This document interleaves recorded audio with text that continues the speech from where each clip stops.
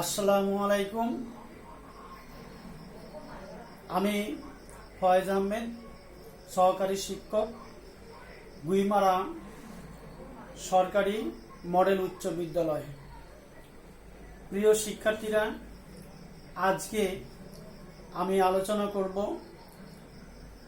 গণিত নবম শ্রেণীর পরিসংখ্যান 17 অধ্যায়। এখানে একটি সৃজনশীল দেওয়া হয়েছে, যেখানে আলোচনা আছে, প্রশ্ন আছে যে ক্রমজড়িত গণসংখ্যা সারণী তৈরি করো। খ নম্বর প্রশ্নে আছে প্রচুরক নির্ণয় করো। গ নম্বর প্রশ্নে আছে মধ্যক নির্ণয় করো। প্রিয় শিক্ষার্থীরা, এই তিনটি প্রশ্নই তোমাদের জন্য খুব ইম্পর্টেন্ট। 17 অধ্যায় থেকে দুইটা প্রশ্ন আছে, যে কোনো একটা তোমাদের উত্তর অর্থাৎ অ্যান্সার তৈরি করতে হবে। তাদের ভিতরে সবচেয়ে মধ্যক এবং প্রচুরক সবচেয়ে ইম্পর্টেন্ট।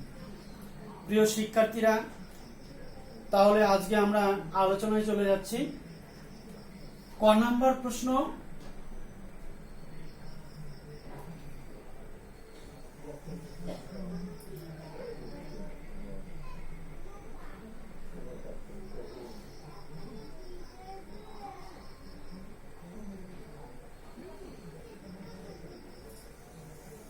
শ্রেণী ব্যক্তি, এরপর লিখতে হবে গণ সংখ্যা, এরপর লিখতে হবে ক্রমযোজিত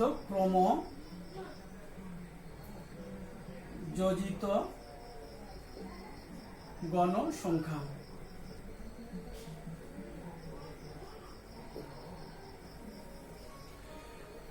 প্রিয় শিক্ষার্থীরা, ফলো করো, যেখানে ঘর তৈরি করতে হবে 1 2 3 4 5 6 7 8। এখানে আমরা 8টা ঘর তৈরি করবো। একটা তৈরি আছে,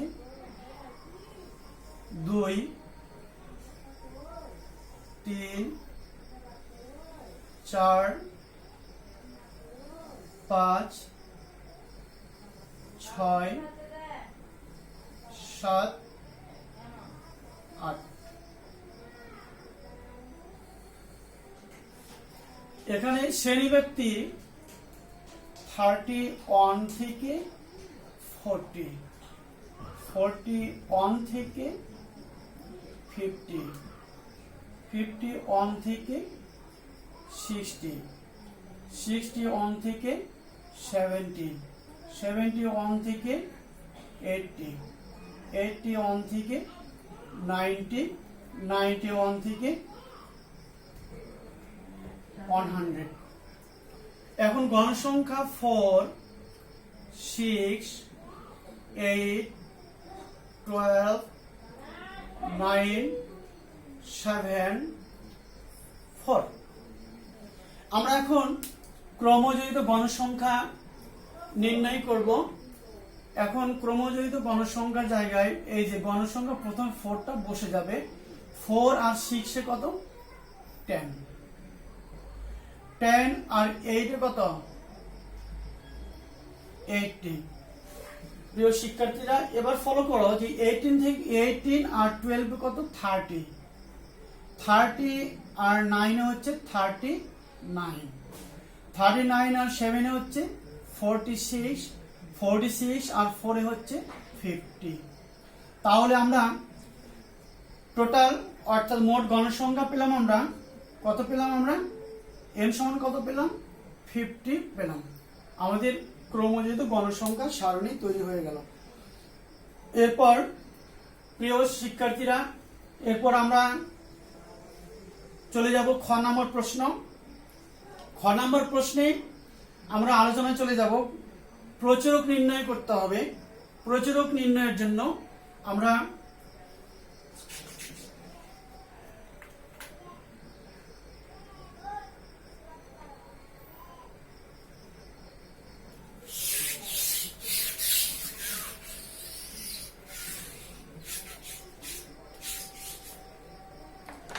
এখন প্রিয় শিক্ষার্থীরা ফলো করো যে প্রচুরক নির্ণয় করার জন্য আমি এই সারেংটা কি সুন্দর করে সাজায় এভাবে লিখবো। এখন প্রচুরক নির্ণয় করো। প্রচুরক নির্ণয় করার সময় তোমাকে সূত্র জানতে হবে, প্রচুরকের সূত্র জানতে হবে। আমরা প্রথমে খ নাম্বার দিয়ে এইভাবে আমরা সারণী তৈরি করব। এর নিচে আমরা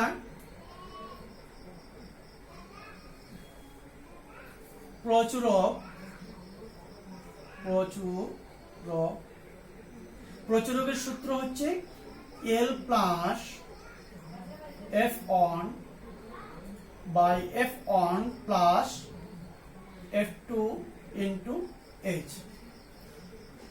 এখন আমরা প্রচুরকের সূত্রটা লিখলাম।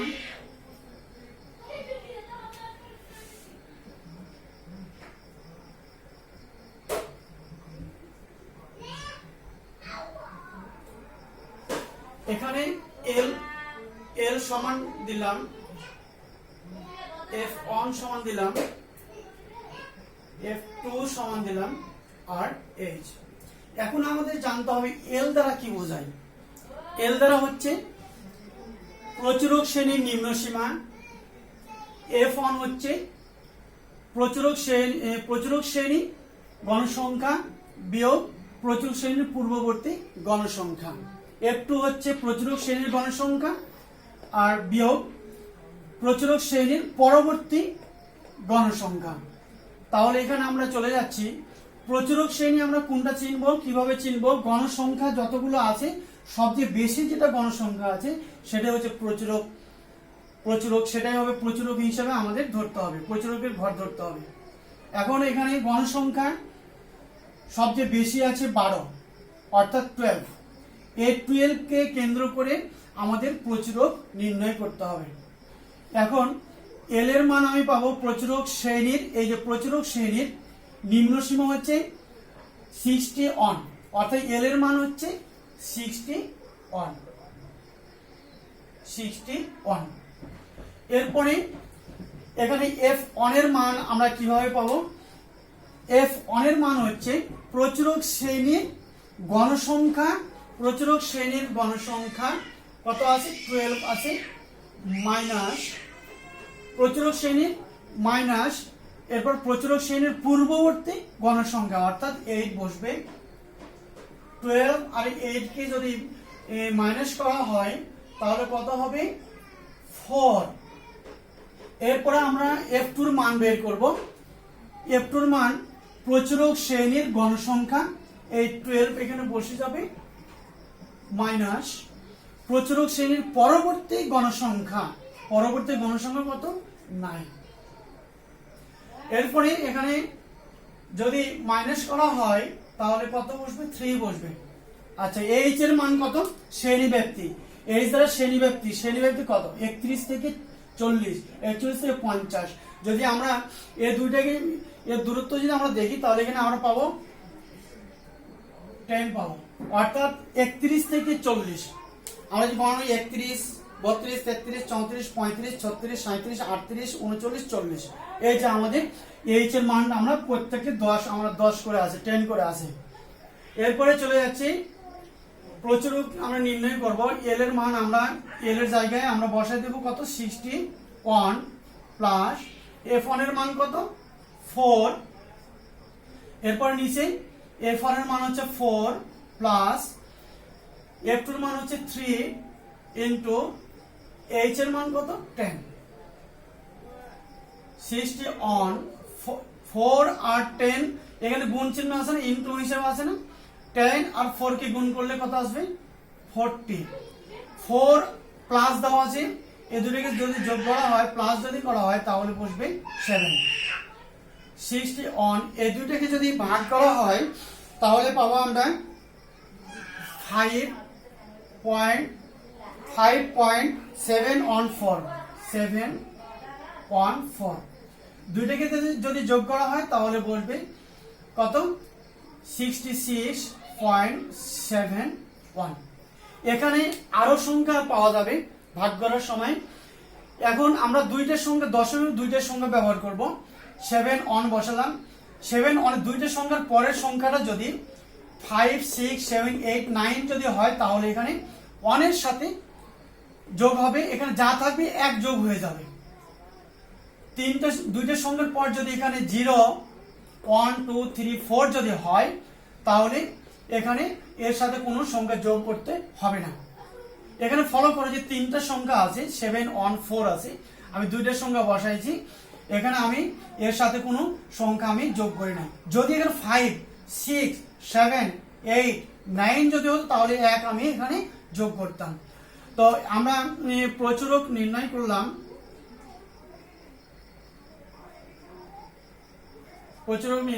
অতএব নির্ণয় প্রচুরক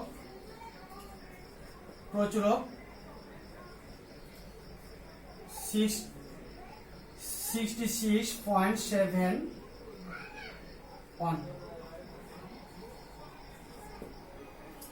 প্রিয় শিক্ষার্থীরা, আমরা এখন ক নম্বর প্রশ্ন এবং খ নম্বর প্রশ্ন সম্পর্কে জানলাম।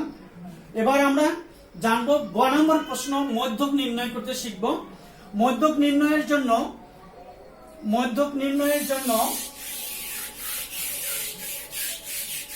আমাদের নির্ণয় করতে হবে আগে ক্রমযোজিত গণসংখ্যা নির্ণয় করতে হবে। এই ছক থেকে সুন্দর করে লিখে নিয়ে ক্রমযোজিত আবার আমি লিখে নিতেছি।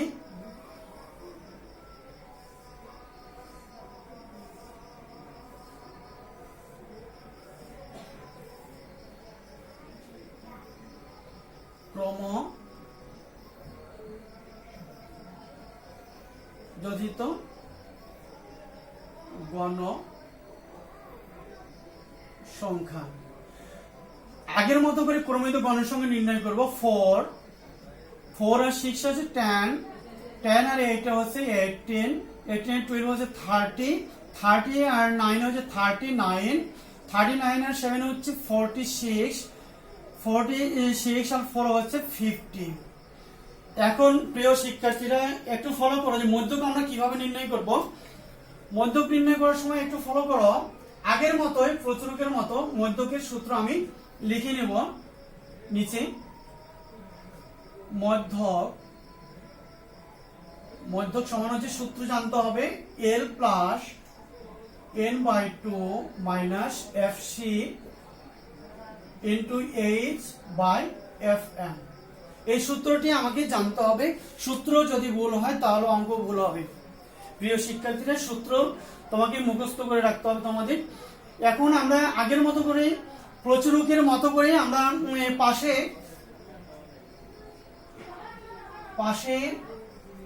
আমরা এই L সমান, এরপরে n/2 fc h আর fm। আমাদের এই মানগুলো কিভাবে বের করবো একটু ফলো করতে হবে। আচ্ছা, প্রথম আমি মধ্যক শ্রেণী মধ্যক যেটাতে আছে সেটা আমরা নির্ণয় করব। তার আগে চলে যাব, n হচ্ছে 50/2, দুটাকে যদি ভাগ করা হয় তাহলে পাওয়া যাবে 25। এই 25 এর উপর ভিত্তি করে আমরা মধ্যকটি নির্ণয় করব। আমরা ঘর কিভাবে শ্রেণী কিভাবে আমরা মধ্যক শ্রেণী কিভাবে যাচাই করব একটু ফলো করি। যে এই যে আমি 25 পেলাম, 25 পেলাম, এন্ড 25 কার ভিতরে আছে ক্রমিত গণের সংখ্যাকে আমরা ফলো করব। এই সংখ্যাটা ফলো করো যে এই 18 আছে, 18 আছে, 18 এর পরে হচ্ছে 19, 30 আর 19 এর মধ্যে এই সংখ্যা আছে, এই 25টা আছে। তাহলে আমাকে ধরে নিতে হবে এই ঘরটা আমাদের মধ্যক শ্রেণী এটার ভিতরে অবস্থান করেছে। প্রিয় শিক্ষার্থীরা, আমি আবারও বলতেছি, এখানে সংখ্যাটা কত কাটাকাটি করে কত এসছে জানতে হবে। যদি কাটাকাটি করার পরে যদি 35 এসেছে, 35, তাহলে 30 পর্যন্ত এই ঘর, 31 থেকে 39 এর হবে এই ঘর হবে। 35 যদি কাটাকাটি করার পরে যদি 35 যদি হতো তাহলে আমরা এই ঘরে আমরা ধরতাম।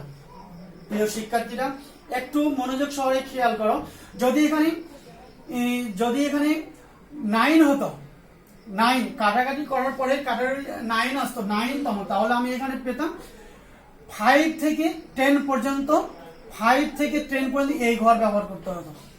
অর্থাৎ 20 আমরা এই মোট গণসংখ্যা 50 আর বাই 2 কাটাকাটি করার পরে ভাগ করার পরে আমরা 25 পেয়েছি। 25 আমরা এই যে 19 18 বাদ দিয়ে 18 বাদ দিয়ে 19 থেকে শুরু করে 30 পর্যন্ত আমরা এই ঘরটাকে আমরা ব্যবহার করব।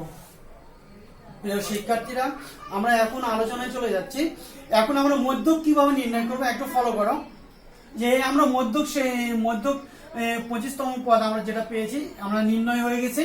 এখন এল এর মান হচ্ছে মধ্যক শ্রেণীর নিম্ন সীমা হচ্ছে 61। মধ্যক শ্রেণীর এল মানে হচ্ছে মধ্যক শ্রেণীর নিম্ন সীমা। এল মানে হচ্ছে মধ্যক শ্রেণীর নিম্ন সীমা। এল মানে হচ্ছে মধ্যক শ্রেণীর নিম্ন সীমা হচ্ছে 61। এরপরে চলে যাচ্ছি আমরা n/2 অর্থাৎ 50/2 ভাগ করার পরে আমরা পেয়েছি 25। এরপরে আমরা এফসি এর মান এফসি হচ্ছে বোঝায় কি মধ্যক শ্রেণীর পূর্ববর্তী ক্রমিত গণসংখ্যা। মধ্যক শ্রেণীর পূর্ববর্তী, এটা পূর্ববর্তী বোঝায়, আর এটা হচ্ছে পরবর্তী, আর এটা হচ্ছে মধ্যক শ্রেণীর, এটা হচ্ছে গণসংখ্যা। মধ্যক শ্রেণীর পূর্ববর্তী এফসি মানে হচ্ছে মধ্যক শ্রেণীর পূর্ববর্তী, এফসি মানে মধ্যক শ্রেণীর পূর্ববর্তী হচ্ছে 18। এরপরে হচ্ছে এইচ শ্রেণীব্যক্তি, প্রত্যেকে একই শ্রেণীব্যক্তি বের হবে, এটা হচ্ছে 10। এরপরে এফ এম হচ্ছে 30 মধ্যক শ্রেণীর গণসংখ্যা। এফ এম মানে হচ্ছে মধ্যক শ্রেণীর গণসংখ্যা। তাহলে এখানে গণসংখ্যা কত আছে? 12 আছে, 12। প্রিয় শিক্ষার্থীরা, আমি আবারও বলে দিতেছি, এল মানে হচ্ছে মধ্যক শ্রেণীর নিম্ন সীমা, এফসি হচ্ছে মধ্যক শ্রেণীর পূর্ববর্তী ক্রমজিত গণসংখ্যা, এইচ হচ্ছে শ্রেণী ব্যাপ্তির 10, এফএম হচ্ছে মধ্যক শ্রেণীর গণসংখ্যা, এফএম হচ্ছে মধ্যক শ্রেণীর গণসংখ্যা 12। এখন মধ্যক শ্রেণী নির্ণয় করতে বলা হলে, যদি বলা হয় তাহলে আমাকে এইভাবে এই নিয়ম আমাকে মেনে চলতে হবে। প্রিয় শিক্ষার্থীরা, এবার আমি চলে যাচ্ছি, এল এর মান হচ্ছে 61 প্লাস n/2 এর মান হচ্ছে 25 মাইনাস 8, এফসি এর মান হচ্ছে 18, এইচ এর মান হচ্ছে কত? এইচ এর মান হচ্ছে 10 আর এফ এম এর মান হচ্ছে 12। এখন আমরা মান বসালাম 61 প্লাস 25 থেকে 18 যদি বাদ দেওয়া হয় তাহলে আমরা কত পাচ্ছি? 7। এরপরে গুণ চিহ্ন দিলাম, 10 12 61 প্লাস, এখন এখানে গুণ চিহ্ন দেওয়া আছে, আমরা 7 আর 10 কে আমরা 7 আর 10 কে আমরা যদি গুণ করি তাহলে 70 পাবো, আর 12 61 70 আর 12, এই 70 আর 12 কে যদি আমরা ভাগ করি তাহলে কত পাবো? আমরা ভাগ করে নেবে, হ্যাঁ, 5.833। এখন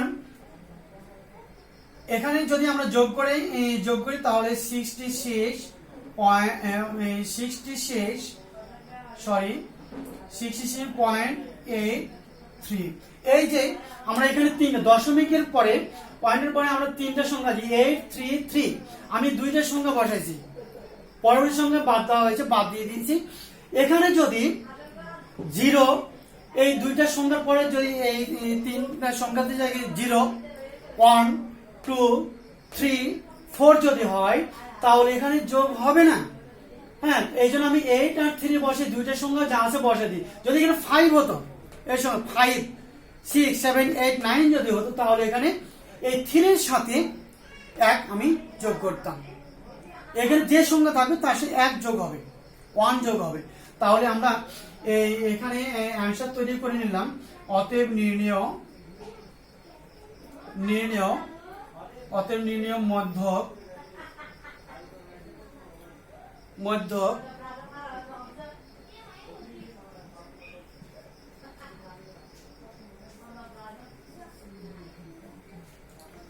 প্রিয় শিক্ষার্থীরা,